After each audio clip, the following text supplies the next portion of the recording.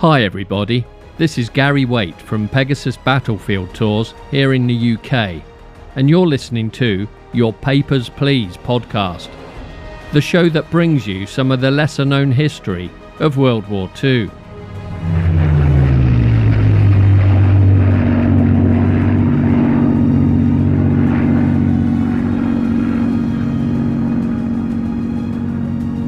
So, welcome to episode 1. Where I'm going to relate the story of Sam J. Amico, who served as a medic with the American 326 Airborne Medical Company. This company served as the main medical unit with the 101st Airborne Division, otherwise known as the Screaming Eagles, and made famous, of course, through the Band of Brothers HBO series. Sam carried the rank of Tech 5, which these days equates to a corporal. In 2019, I had the pleasure of taking Mr. Lenny Papano on a tour that began in Normandy, in France, and ended in the Bulge in southern Belgium. Lenny wanted to trace the route of Sam Amico and his unit, the 326, to forge an understanding of what he went through. Lenny arrived in Normandy with a file which he gave me, which was an unpublished autobiography written by Sam for his family. This file serves as the basis for this story, and Lenny's friend Matt Schauf has very kindly agreed to lend his voice as Sam. Sam's story begins on the 15th of September 1942 at Rochester, in the state of New York, at the Army Draft Building. At the time of my induction, I was just past 21 years of age, ripe for the picking. I was one of the few married ones who had been so lucky to be drafted. We were taken to one of the rooms up on one of the floors, stripped, examined very quick, like if you were walking. You were A1, and before you left, you were talking to a psycho doctor who asked you some foolish question and passed you with no problem. We were all glad to get into our clothes again. We mostly knew each other. Many of the fellows were from our east side of town. After some brief, very basic training, Sam was transferred to Fort Bragg, the home of American Airborne Forces in North Carolina, and posted to the 326 Airborne Medical Company.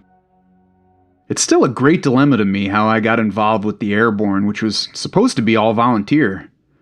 I do not remember ever volunteering for any such outfit.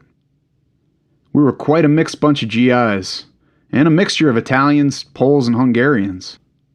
We were from all over the United States: Yankees, Rebels, Midwest, and a few from the Far West.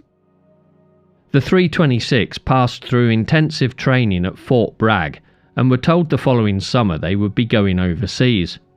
England, to be precise. After the company enjoyed some short leave in September 1943, the 326 were put aboard the British troopship SS Samata for the crossing of the Atlantic. Like most American troops, this was an uncomfortable journey, especially as many of the men had never seen the ocean before, let alone been on it. Arriving in England, they were posted to Donington Castle near Newbury in Berkshire and began further training.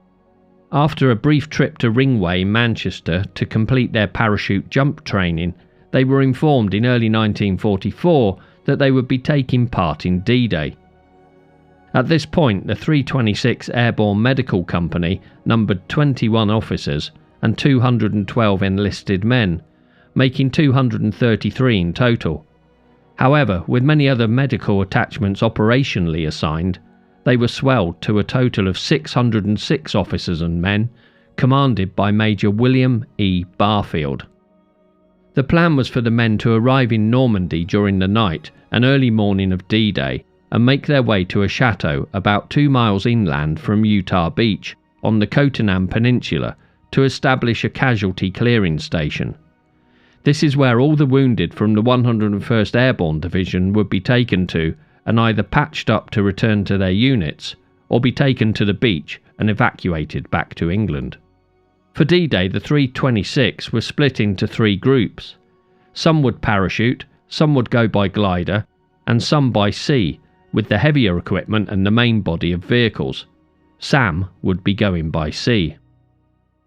I was a bit disappointed going in by ship, as I am not a very good lover of the water. I figured the glider was a better bet to get me into France in a hurry. We were put in a landing craft that bobbed up and down like a cork in water. At daybreak, all hell broke loose. Words cannot describe what it was like. We were being shelled and bombed by the Germans. We were in the landing craft. It seemed forever before we got to the shore. We were all loaded to the hilt. When we got close to the shore, the Navy pilot dropped down the gate and told us he wasn't going any further. First one off was our commanding officer. He gets into the water and said, "Let's go, men!" He soon hit a shell hole in the water and went down like a brick. We were stuck for a short time until we got our fellows together. A few of our men were hit and there were a good many dead on the beach area. Sam and his fellow men duly made their way inland and during the afternoon at around 1700 hours reached their destination, the secluded Château de Colombière, set deep within the hedgerows, the Normandy bocage. We set up in a U-shaped courtyard with 2 or 3 buildings with an archway entrance coming into the area. We put a large red cross in the courtyard, 30 or 40 feet square. The fighting to take the peninsula was very fierce. There were a great many killed and many wounded coming into our aid hospital. I had been in charge of getting the wounded up into the operating area on the 2nd floor of the chateau. The stair steps were full of wounded GIs. The smell was something else. Most of us worked almost 2.5 days without any sleep. After about the 3rd day, some of us were told to get some rest. I had just dozed off for a few winks when the sky got lit up with German flares. We soon heard the bombers, and the dropped bombs made a devastating noise as they landed near the Red Cross. One hit the building right next to where I was asleep. I, along with a few men, ran across the courtyard into the ditches, and we were some of the lucky ones in the ditch. We were soon covered with stone, dirt, and debris. We heard many cries for help from the wounded. Every time we tried to get up from the ditch area, a machine gun would go off. It kept about 8 of us under fire until daybreak. In the meantime, it was crying and moaning all night. When the shooting stopped, it was daylight. We soon found out many of our men had been killed and some were buried under tons of stone and dirt. 2 or 3 cooks in the main building were killed by the concussion. One of my sergeants by the name of Stewart was buried right in the back of the building I had been in. The bomb had slipped off the corner of the building and buried him under tons of stone. He was found the next day, and he was not a pretty sight to see. Another Jeep driver who had been taking the wounded to the beach took cover under the entrance arch and was crushed along with his Jeep under all the stone from the archway.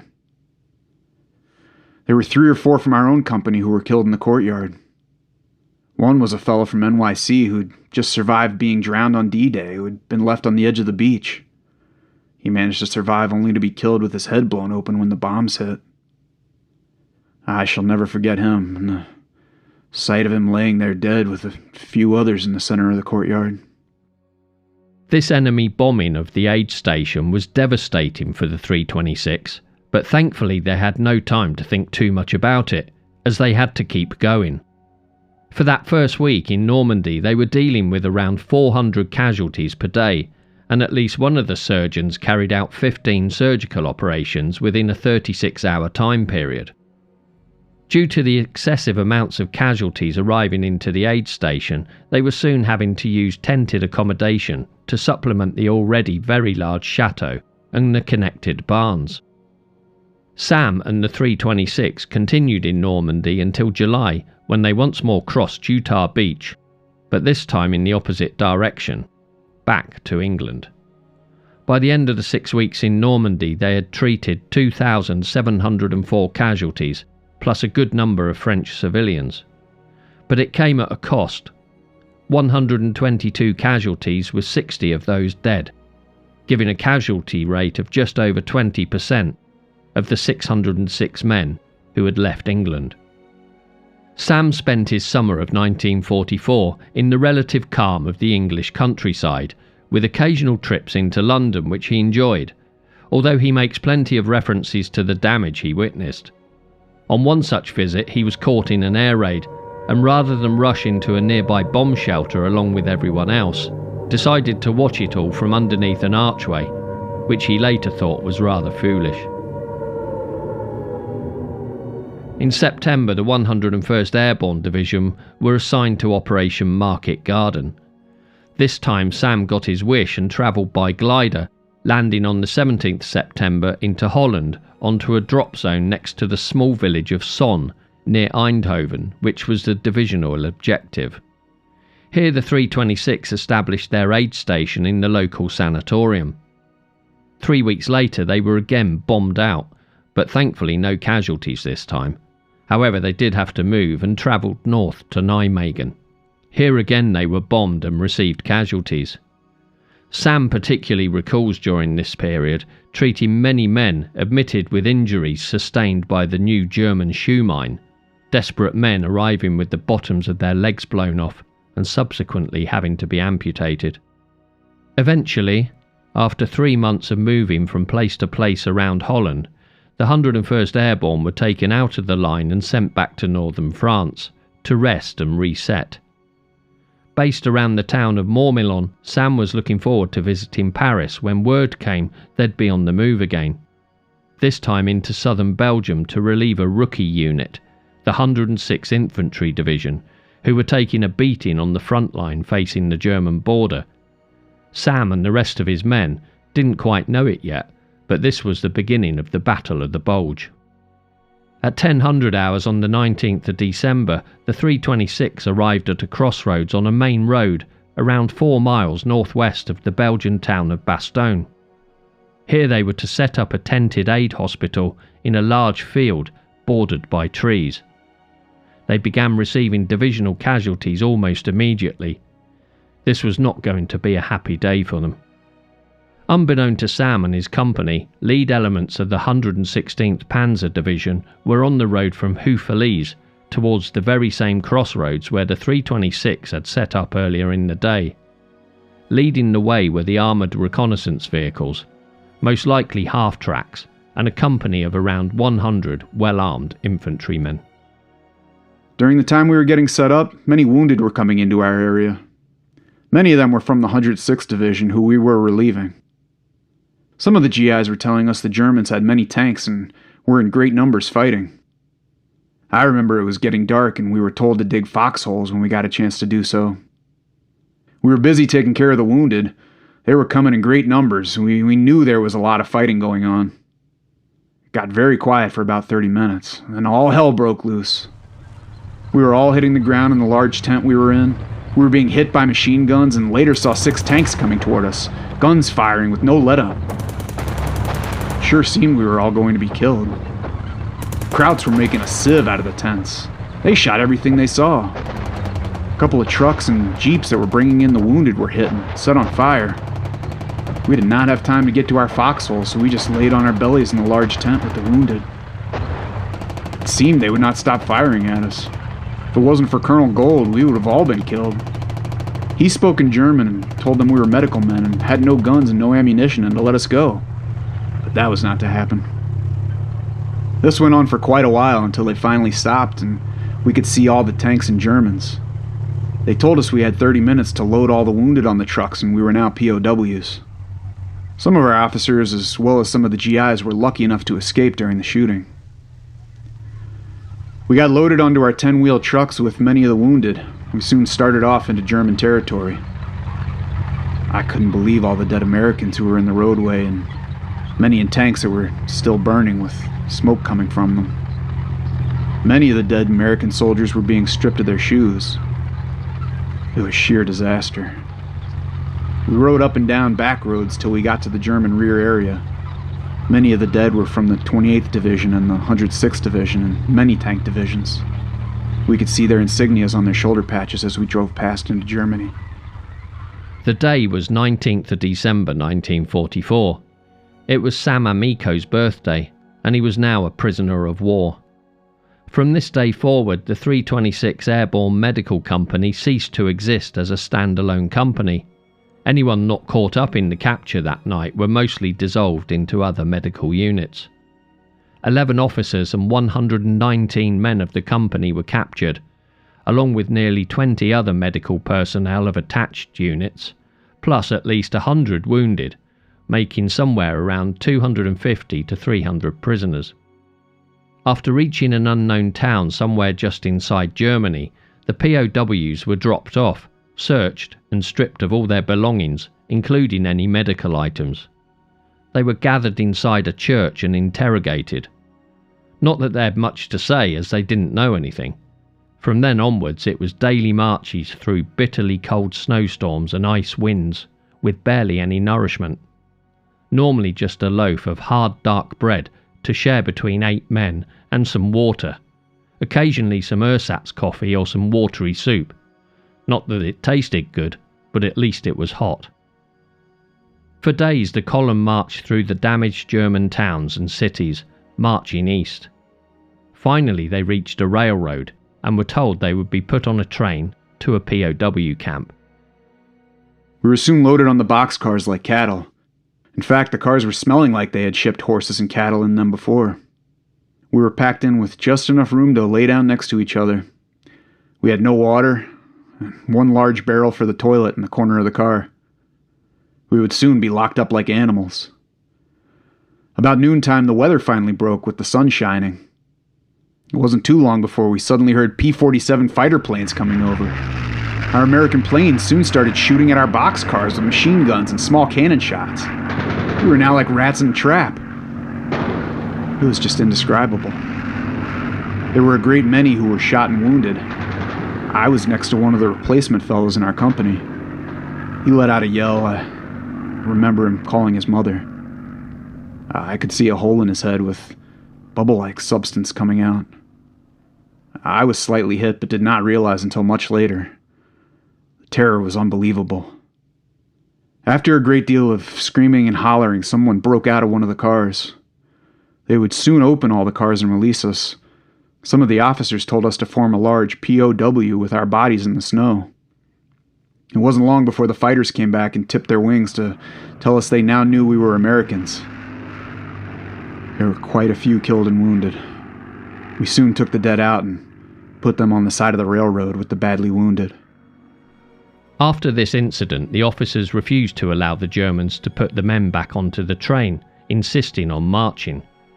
Eventually, around the first week of January, Sam's column of POWs reached Stalag 4B, where they were given a shot of something or other in their chests, which they were informed was to protect against lice, which was apparently rampant in the camp, and then 5 minutes under a cold shower. After a couple of months of captivity, the camp was steadily emptied, and Sam was once again on the march, seemingly zigzagging across Germany, through Dresden and then westwards, until eventually Sam and his friend and fellow medic Tony Anthony were told by their German guards that they were to remain in a small German village to look after the 20 or so wounded who couldn't continue the march. This they did until one day they noticed all the villagers hanging white bedsheets out of the windows. Sam had no idea what they were doing until he saw the welcome sight of American armoured vehicles approaching the village. Tech 5, Sam J. Amico of the 326th Airborne Medical Company had survived D-Day, the bombing of the aid stations in Normandy, in Somme and Nijmegen. He'd survived the attack on the aid station near Bastogne and been strafed by American fighter planes whilst locked in a railroad car. He'd survived Stalag 4B prisoner of war camp and hundreds upon hundreds of miles of marching across Germany. Sam's war was finally over. Yes, thanks for listening to Your Papers Please with me, Gary Waite. I hope you've enjoyed this podcast, and I look forward to catching up with you again soon.